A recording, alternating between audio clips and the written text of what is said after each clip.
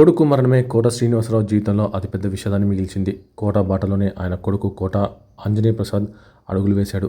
JD చక్రవర్తి దర్శకత్వంలో రూపొందిన సిద్ధం మూవీతో ఆంజనేయ ప్రసాద్ నటుడిగా టాలీవుడ్ ఎంట్రీ ఇచ్చాడు. ఈ సినిమాలో నెగిటివ్ షేడ్స్తో కూడిన క్యారెక్టర్లో కనిపించి మెప్పించాడు.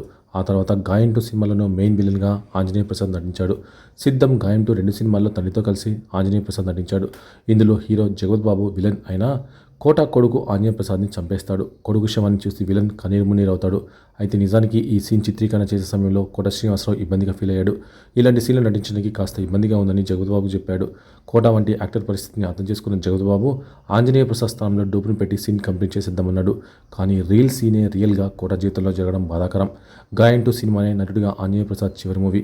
నటుడిగా బిజీ అవుతున్న టైంలో 2010లో హైదరాబాద్లో జరిగిన రోడ్డు ప్రమాదంలో ఆంజనేయ ప్రసాద్ కన్నుమూశాడు. కొడుకు మరణం కోట శ్రీనివాసరావును చాలా కుంగదీసింది. కోట శ్రీనివాసరావు తమ్ముడు కోట శంకర్రావు కూడా నటుడే.